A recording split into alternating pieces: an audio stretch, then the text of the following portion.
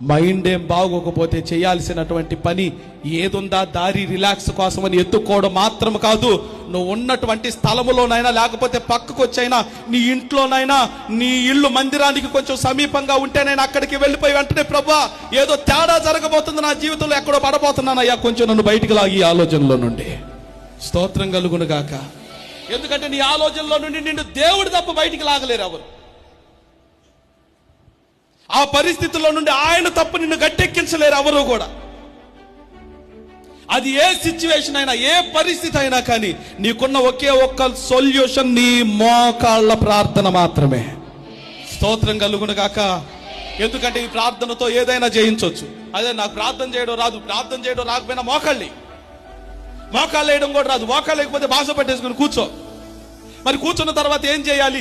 ఏదైతే నిన్ను ప్రేరేపిస్తుందో, ఏదైతే నిన్ను లాగాలని చూస్తుందో అదిగో అది తప్పని తెలిసి నీకు అర్థమవుతున్నప్పుడు అయ్యా ఇదేదో చేయకూడని పనులు చేయడానికి నా హృదయం ప్రేరేపిస్తుంది అయ్యా, కొంచెం నన్ను నీ కంట్రోల్లోకి తీసుకో అని అడుగు దేవుణ్ణి.